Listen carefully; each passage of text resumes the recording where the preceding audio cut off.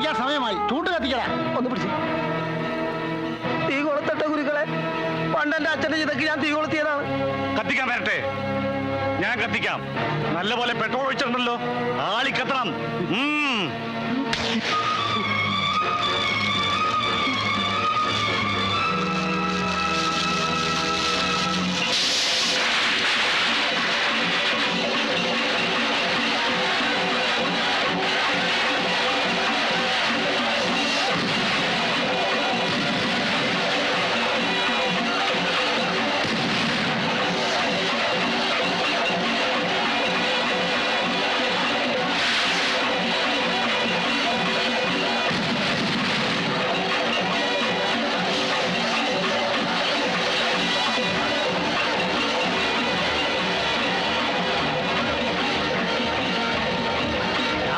കഥ എന്നല്ലേ പറയാൻ പോണേ? ആ കഥ തന്നെ. ഞാൻ പറഞ്ഞ കഥയല്ലേ പറയാൻ പോണത്. അതൊക്കെ ഞങ്ങൾ ഏറ്റുന്നേ.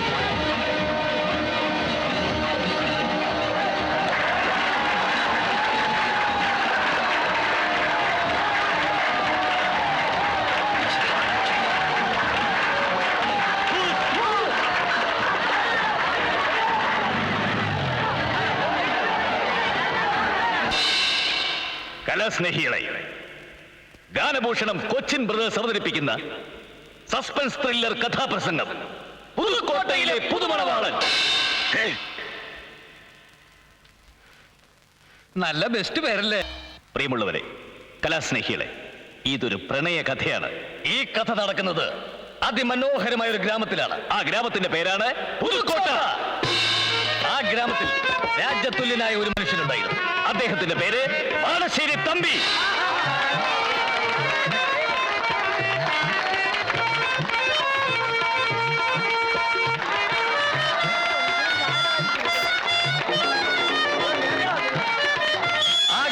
മറ്റൊരു പ്രമുഖ തറവാടാണ് പാലത്തറ. അവിടുത്തെ ശ്രീദേവി തമ്പുരാട്ടിയെ മാടശ്ശേരി തമ്പി വിവാഹം കഴിച്ചു. പക്ഷേ ഒരു കുഞ്ഞിനെ സമ്മാനിച്ച് അധികകാലാവുന്നതിന് മുമ്പ് തമ്പുരാട്ടി ഇഹലോകവാസം വെടിഞ്ഞു.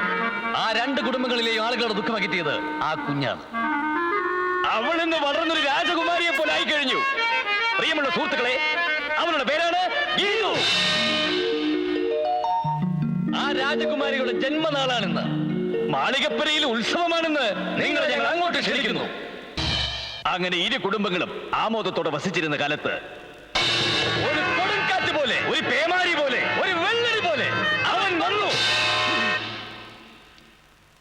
അതാ അവൻ ആ ഗ്രാമത്തിൽ കാലുകുത്തി കഴിഞ്ഞു.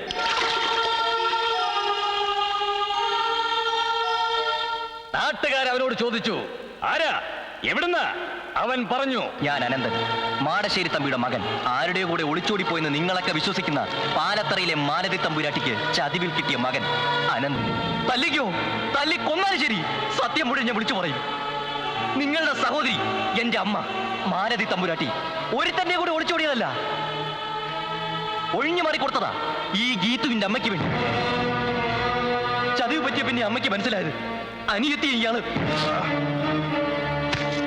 കള്ള കഴിവേറിന്റെ മോനെ, എന്തു ഭാവിച്ച നിന്റെ ഈ വരവ്? എന്തിനായി കെട്ടുകഥയൊക്കെ ഇവിടെ ഒന്ന് പറയുന്നത്? ഞാൻ പറഞ്ഞത് സത്യമാണ്. എന്റെ അമ്മ മരണക്കിടക്കേ കിടന്ന് എന്നോട് പറഞ്ഞ സത്യം. ഇനി തെളിവ് വേണമെങ്കിൽ ഇന്നാ.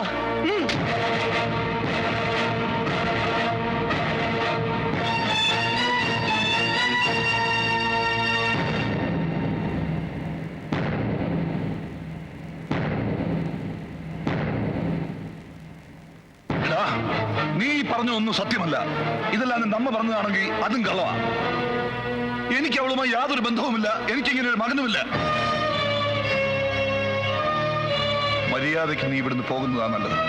നാളെ സൂര്യൻ ഉദിക്കുന്നതിന് മുമ്പേ നീ ഇവിടുന്ന് പോയില്ലെങ്കിൽ മറ്റൊരു സൂര്യോദയം നീ കാണില്ല. ആ പകലിന് മീതെ രാത്രിയുടെ തിരശ്ശീല വീണു. പുലർച്ചയ്ക്ക് കോഴി കൂകി. അത് കേട്ട് സൂര്യൻ ഉദിച്ചു. അനന്തൻ പോയില്ല. അതെ, അനന്തൻ പോയിട്ടില്ല. അവനങ്ങ് പാലത്തറയിലുണ്ട്. പാലത്തറക്കാർ അനന്തൻ അഭയം കൊടുത്തു.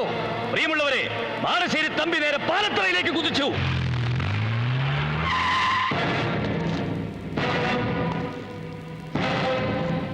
അവനെവിടെ? അവനെ ഇങ്ങോട്ട് ഇറക്കിവിട്. ഇപ്പൊ മനസ്സില്ലെങ്കിലോ? എല്ലാ ചതിക്കാൻ ഞങ്ങൾക്ക് മനസ്സിലായടാ. ഇനിയും നിനക്ക് ഞങ്ങൾ ചതിക്കാനാവില്ല. എല്ലാ വൈരാഗ്യങ്ങളും മറന്ന് എന്റെ പെങ്ങളെ കെട്ടിച്ചു തരണമെന്ന് നീ പറഞ്ഞപ്പോ ഇത്രയും വലിയൊരു ചതി ഉണ്ടാവുമെന്ന് ഞാൻ കരുതിയില്ല. ഞങ്ങളെ കുടുംബത്തോടെ നീ ചതിക്കുകയായിരുന്നു. ഏത് കോടതിയിൽ പോകേണ്ടി വന്നാലും ശരിയാ, സത്യം ഞങ്ങൾ തെളിയിക്കും. നീ എന്തോന്നാടാ ഈ പറയുന്നത്? തമ്പിയായിട്ട് ഇങ്ങനെയൊക്കെ ചെയ്യുന്നതിന് തോന്നുന്നുണ്ടോ? നിന്ന് ന്യായം പറയാതെ ഇറങ്ങി പോടാ.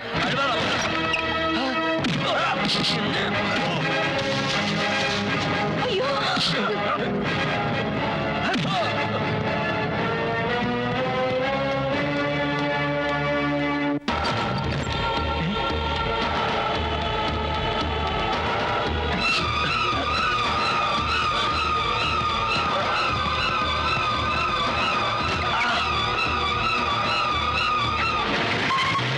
പിന്നീട് അനന്തനെ ആ ഗ്രാമത്തിൽ ആരും തന്നെ കണ്ടിട്ടില്ല. താമസിയാതെ ആ നാട്ടിൽ ഒരു വാർത്ത കാട്ടുതീ പോലെ പടർന്നു. മാടശ്ശേരി തമ്പി അനന്തനെ കൊന്നു. കൊന്നു കൊന്നു.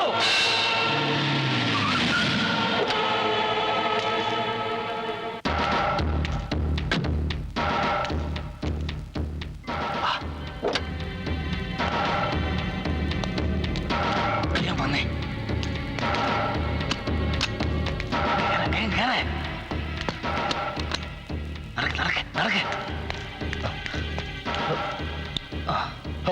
എന്തിനാടാ ഇതൊക്കെ? ഞാൻ എന്തിനാ വിളിക്കുന്നേ? എടാ നാട് മുഴുവൻ പോലീസാ. നിന്നെ അറസ്റ്റ് ചെയ്യാൻ കോടതി ഉത്തരവുണ്ട്. നീ ഇവിടെ ഇരുന്നേ, ഇരിക്കേ. എടാ ഇനിയെങ്കിലും സത്യം പറ, അവനെ നീ എന്താ ചെയ്തേ? അവനെ ഞാൻ അക്കരെ കൊണ്ടാക്കി. മേലാൽ ഇങ്ങോട്ട് വരരുതെന്നും പറഞ്ഞു. എടാ ഇതൊക്കെ പറഞ്ഞ പോലീസും കോടതിയും വിശ്വസിക്കുവോ? ഇതിലെന്തോ ചതിയുണ്ട്. നീ വളരെ സൂക്ഷിക്കണം. ഒരു കാരണവശാലും പോലീസിന് പിടികൊടുക്കരുത്. നമുക്ക് മുൻകൂർ ജാമ്യത്തിന് ശ്രമിക്കാം.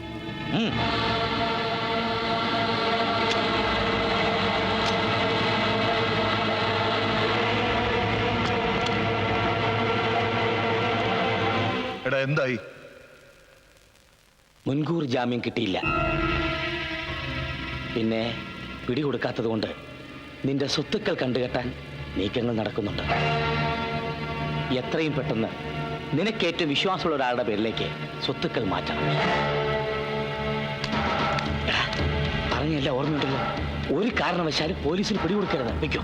എടാ ഞാൻ എന്റെ മോളെ ഒന്ന് കണ്ടിട്ട്. ഒന്നും വേണ്ട, വേഗം പറഞ്ഞ സ്ഥലത്തെത്താൻ നോക്ക്. താക്കോൽ പിടി, വേഗം പോയേ. വയ്ക്കോ.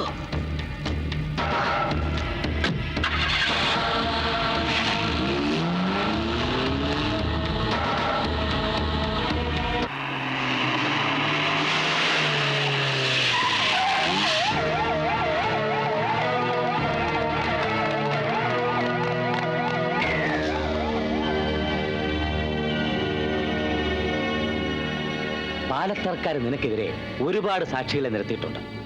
വെള്ളം പോലെ കാശ് ഒഴുകും. പക്ഷെ അല്പഭാഗ്യം നമ്മുടെ പക്ഷത്തുണ്ട്. അനന്തന്റെ ഒരു ബാഗ് ചായപ്പീടികന് കിട്ടി. അതിലവന്റെ വസ്ത്രങ്ങളും ഡ്രൈവിംഗ് ലൈസൻസും ഉണ്ട്. ലൈസൻസില് അവന്റെ ബ്ലഡ് ഗ്രൂപ്പ് ഏതാണെന്ന് കാണിച്ചിട്ടുണ്ട്. O-. ഇനി അതേ പിടിച്ചൊരു കളി കളിക്കാം. അവനെ കൊന്നത് നീയാണെന്ന് അങ്ങോട്ട് സമ്മതിച്ചേ. നീ എന്തായി പറയുന്നേ? എടാ ഞാൻ പറയട്ടെ. കഷ്ണം കഷ്ണമാക്കി അവന്റെ ശരീരം കായലിലെറിഞ്ഞു എന്ന് പറയണം. കൊല്ലാൻ ഉപയോഗിച്ച ആയുധവും അവന്റെ വസ്ത്രങ്ങളും വാഴത്തോപ്പി കുഴിച്ചിട്ടിരിക്കുകയാണെന്നും പറയണം. എന്തിനാ? ആയുധത്തിലും വസ്ത്രത്തിലും രക്തം പുരട്ടി ഞാൻ വാഴത്തോപ്പി കുഴിച്ചിടാം. അത് പോലീസ് കണ്ടെടുക്കും. നിന്റെ കുറ്റസമ്മതം കൂടി ആകുമ്പോ നിനക്ക് ജാമ്യം കിട്ടും. എന്തൊക്കെയാ പറയുന്നത്? എനിക്കൊന്നും മനസ്സിലാവുന്നില്ല. അതായത് അവന്റെ ബ്ലഡ് ഗ്രൂപ്പ് O-, വസ്ത്രത്തിലുള്ളത് വേറെ ഏതെങ്കിലും ഗ്രൂപ്പിൽപ്പെട്ട രക്തവുമായിരിക്കും. അതോടെ കേസ് പൊളിയും. എല്ലാം ഞാൻ നോക്കിക്കോളാം. മാടശ്ശേരി തമ്പി കുറ്റം സമ്മതിച്ചതല്ല. മൃഗീയമായ പീഡനങ്ങളിലൂടെ എന്റെ കക്ഷിയെ കൊണ്ട് കുറ്റം സമ്മതിപ്പിക്കുകയായിരുന്നു. ഈ അവസരത്തിൽ ഈ കേസിലെ ഏറ്റവും പ്രധാനപ്പെട്ട ഒരു തെളിവ് ഞാൻ ഹാജരാക്കുന്നു.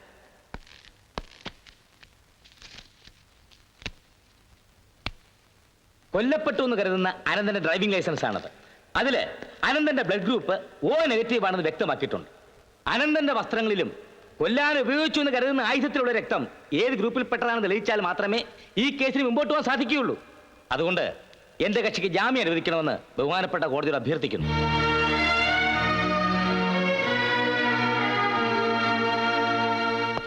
ഈ കേസിലെ ഏറ്റവും സുപ്രധാന തെളിവാണ് എതിർഭാഗം വക്കീൽ ഇവിടെ ഹാജരാക്കിയിട്ടുള്ളത്. അനന്തന്റെ വസ്ത്രത്തിലും അനന്തനെ കൊല്ലാൻ ഉപയോഗിച്ച ആയുധത്തിലും കണ്ട രക്തക്കറ പരിശോധിച്ചതിന്റെ റിസൾട്ടാണിത്. അനന്തന്റെ ബ്ലഡ് ഗ്രൂപ്പ് O നെഗറ്റീവ് ആണെന്ന് ലൈസൻസിൽ നിന്ന് വ്യക്തമാണ്.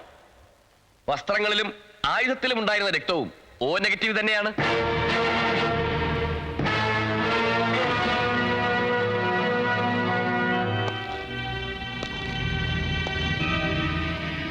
ചതുവ് പറ്റിയടാ. നമ്മൾ കളിച്ച കളി എങ്ങനെയോ പുറത്തറിഞ്ഞു. നീ അത് ആരോടെങ്കിലും പറഞ്ഞായിരുന്നോ? പിള്ള കാണാൻ വന്നപ്പോ ഞാനത് പറഞ്ഞിരുന്നു. കാര്യസ്ഥൻ പിള്ള മാടശ്ശേരി തമ്പിയെ ചതിച്ചു എന്ന് പറയാൻ കഴിയില്ല. കാരണം പിള്ള ഈ വിവരം കൊച്ചു തമ്പി അറിയിച്ചിരുന്നു.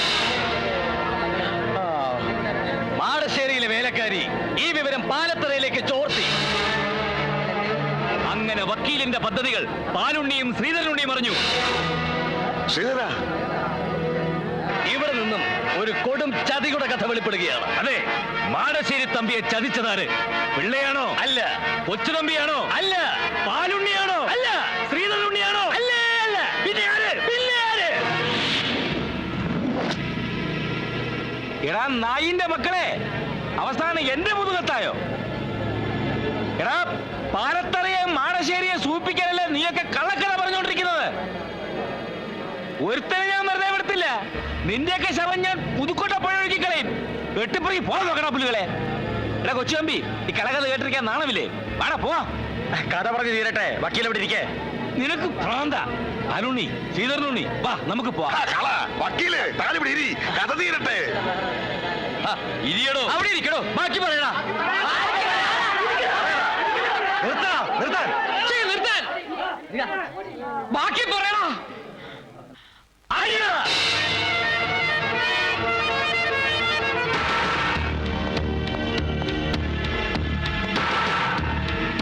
നിന്നെ ആരാ അങ്ങോട്ട് കെട്ടിയെടുത്തേ? ഇങ്ങോട്ട് വരാൻ ഞാൻ നേരത്തെ പറഞ്ഞിരുന്നല്ലേ? എന്നെ അങ്ങനെ അങ്ങ് ഒഴിവാക്കാന്ന് വിചാരിക്കേണ്ട വക്കീലെ. എന്തെങ്കിലും നിന്ന് ഒതുക്കാന്നും കരുതാം. ചെറുപ്പം മുതലുള്ള കൂട്ടുകാരനെ വിശ്വസിച്ച് മാടശ്ശേരി തമ്പി എത്ര ലക്ഷം രൂപയ്ക്കുള്ള ബിനാമി ഇടപാടുകളാണ് നടത്തിയിരിക്കുന്നതെന്ന് എനിക്കറിയാം.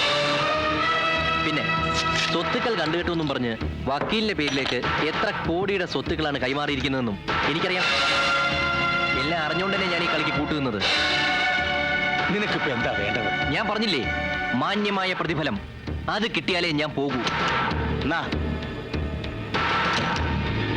കൊണ്ടുപോയിക്കും. ഒരു കാരണവശാലും നീ ഇവിടെ ഇനി വരാൻ പാടില്ല. എന്താവശ്യമുണ്ടെങ്കിലും ഞാൻ അവിടെ വന്ന് നിന്നെ കണ്ടുകൊള്ളാം. മാടശ്ശേരി തമ്പി ജയിലുകാരിയിരിക്കുന്ന കാര്യം നീ മറക്കണ്ട. മാത്രവുമല്ല, 2 കഥാപ്രസംഗക്കാര് ഈ കഥ പറയുമെന്നും പറഞ്ഞ് അവിടെ നടപ്പുണ്ട്. അവന്മാരാരും നിന്നെ കാണാൻ പാടില്ല. മനസ്സിലായില്ലേ? എന്നെ ഒരാളും കാണില്ല. അത് ഞാൻ നോക്കിക്കോളാം. പക്ഷേ ഞാൻ ആവശ്യപ്പെടുമ്പോ എനിക്ക് കൃത്യമായിട്ടും പണം എത്തി. എടാ മോനെ, നീ സംസാരിക്കുന്നതേ ഗോവിന്ദൻ വക്കീലിനോടാ. പണ്ടെപ്പോഴും എടുത്ത മാലയിത്തമ്പ്രാട്ടിയുടെ ഫോട്ടോയിൽ മുടിയിൽ ഇത്ര നരയും മുഖത്തിത്ര ചുളിവ് വിട്ട് നിന്റെ ഫോട്ടോയും ചേർത്ത് ഈ നിൽക്കുന്ന ജോൺ സക്രിയായെ അനന്തനാക്കി മാറ്റാൻ എനിക്ക് കഴിയുമെങ്കിൽ മാടശ്ശേരി തമ്പിക്ക് വാങ്ങിച്ചു കൊടുത്തതുപോലെ ഒരു കുരുക്ക് നിനക്കും വാങ്ങിച്ചു തരാൻ ഈ ഗോവിന്ദൻ വക്കീലിന് കഴിയും. എടാ പൊന്നു മോനെ, ഞാൻ കളിക്കുന്നതേ നിയമം കൊണ്ടാ. അത് മറക്കണ്ട. നിർത്തണ പുല്ലുകളെ, നിന്റെയൊക്കെ കള്ളക്കഥ അടിച്ച് നിരത്തും ഞാൻ.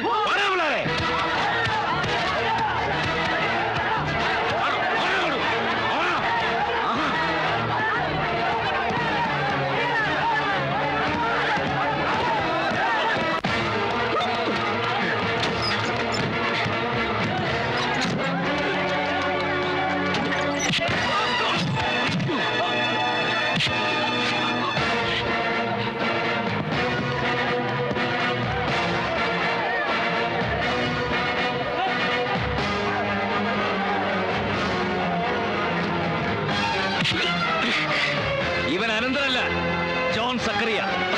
ഒരു കൊലക്കേസിൽ നിന്നും ഈ വക്കീലിനെ രക്ഷപ്പെടുത്തിയ പ്രതി. ചെമ്പി, ഇതെല്ലാം കള്ളക്കറിയാ. എനിക്കിവനെ അറിയാനേ പാടില്ല. ഇതെല്ലാം പാലത്തറക്കാരുടെ പണിയാ. അയ്യോ, നീ എന്നെ തല്ലിയല്ലേ? നിന്റെ എല്ലാ കള്ളക്കഥയും ഇപ്പൊ ഞാൻ പുറത്താക്കുവാടാ. അലുണ്ണി, ശ്രീധരനുണ്ണി, ഇതെല്ലാം